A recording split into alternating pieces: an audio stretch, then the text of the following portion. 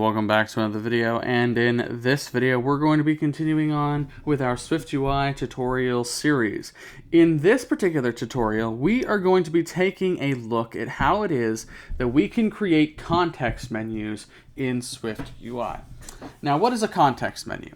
Well, a context menu is a menu of additional options that you can utilize on a specific, for example, item in a list or item in a grid, or maybe an image or something like that. Some kind of UI component.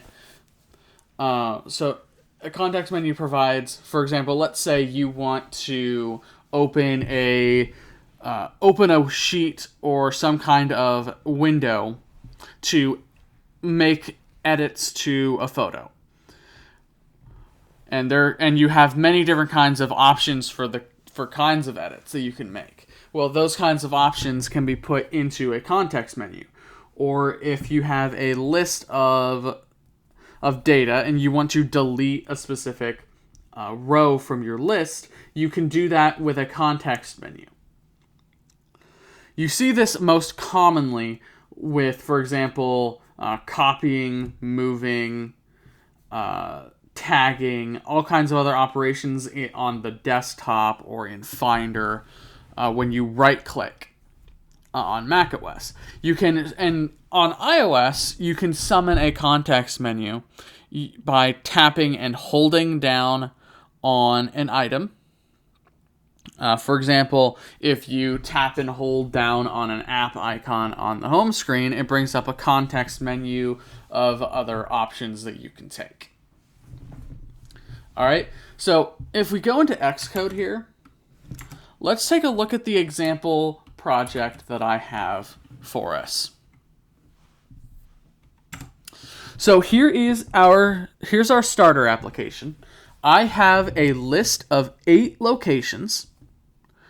These locations have a name, an identifier, and a set of coordinates, as well as a specific category. Now, there are 4 national parks and 4 monuments here. If you watched my accessibility series, then you'll know where these came from, because we use these exact same 8 locations when we talked about accessibility rotors in that series. All right, so what I want to do in this video is I want to assign a context menu to every row in this list and provide a delete option. This delete option will execute a function to delete that specific row from the array that we're displaying in the list. So let's start out by saying, let's go ahead and start out by creating that function. So at the bottom of our view here, we'll say private func delete location of type location, like that. And inside of the method here, we'll say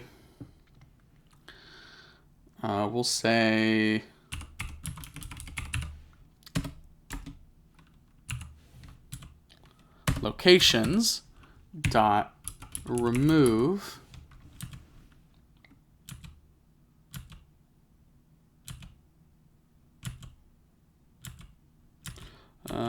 it should be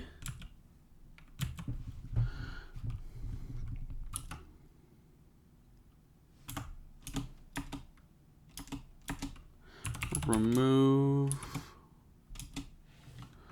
and then we want remove all where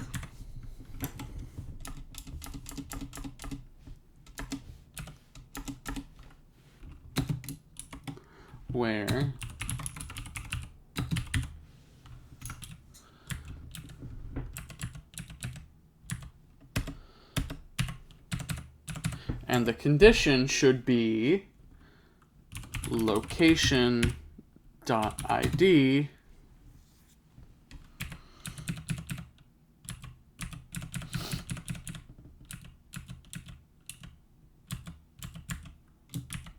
know what?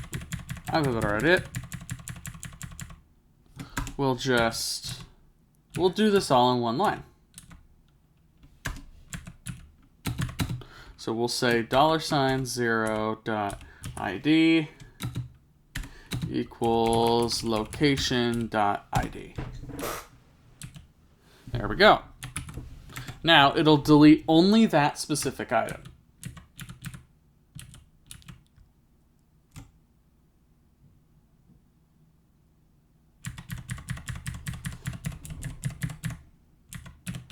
Oh, okay, that's right. It has to be 2 equals, not 1. There we go. Now that we have our delete method created, let's go ahead and go into our list.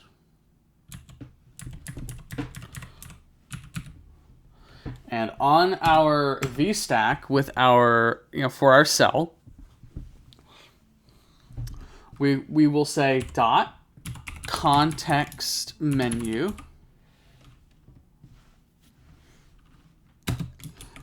and then we'll give it a trailing closure for its content.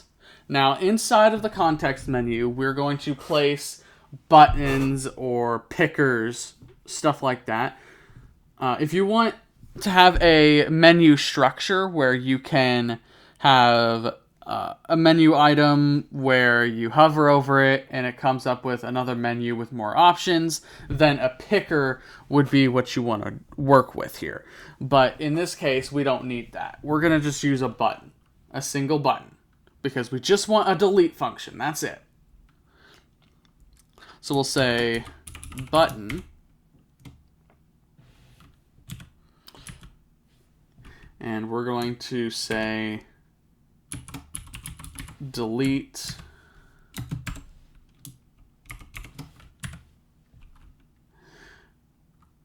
let's say location dot name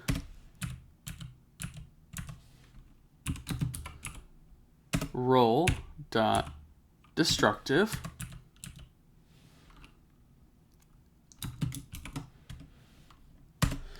and then inside of the button's action, we will call delete.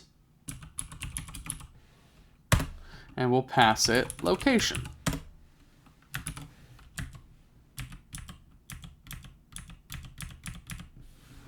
All right, there we go. Now, when we run our code, we have a successful build. Now let's focus on one of these cells. Let's say Lincoln Memorial. Let's right-click on the item. And we can see delete Lincoln Memorial. When we click on it, we have Acadia National Park, Yosemite National Park, Grand Canyon National Park, Yellowstone National Park, Mount Rushmore, Statue of Liberty, and that's it. And the Washington Monument, right?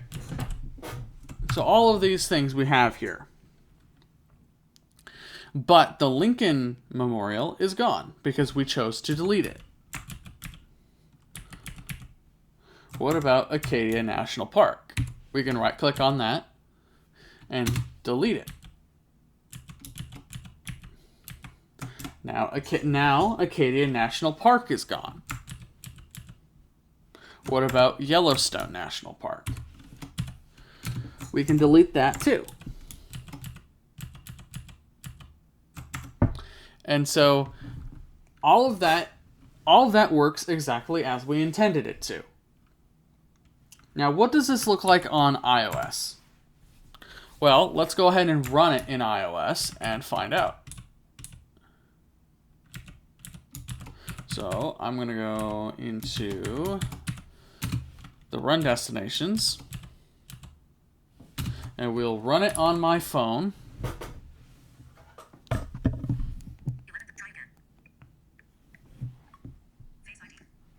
we go.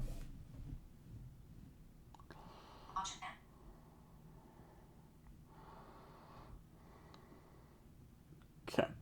So it's now loading. And what I'm going to do here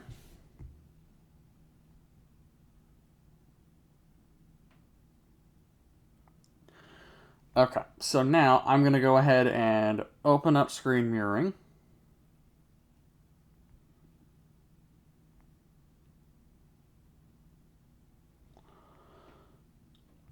And I want to use the Mac Mini here.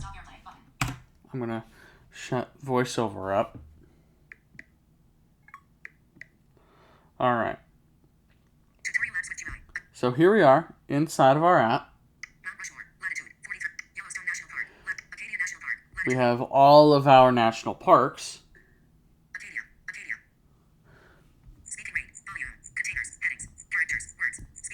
You can see we don't have any actions or anything, but that's fine. Let's say we want to delete Mount Rushmore. Go ahead and tap and hold.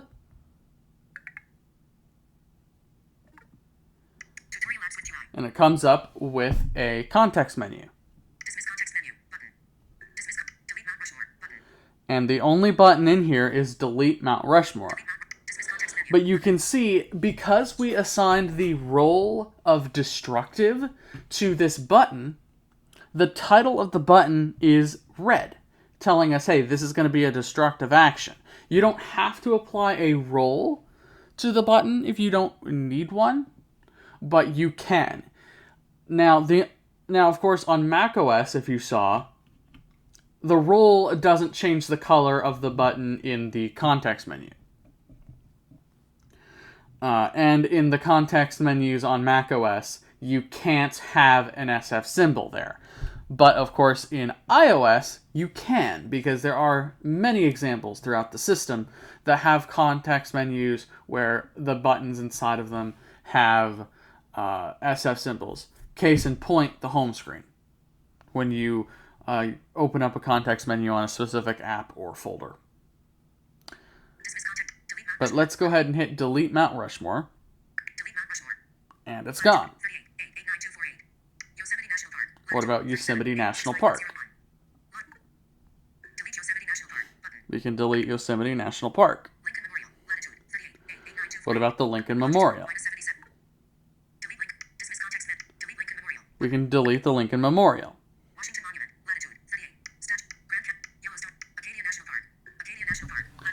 And so that is pretty much how that works. That's how that pretty much does it for how we can create context menus in SwiftUI. It is actually really, really easy to do. You can have as many items in your context menus as you would like. However, you should follow the guidance in the human interface guidelines, because in those guidelines, it kind of gives you a rough idea, not an exact number per se, but kind of a rough guide for how many items in a context menu you should have, as to not overwhelm the user or give the user too many options. So, with that being said, that pretty much does it for this video, guys. Thank you all so very much for watching, and we'll see you in the next video.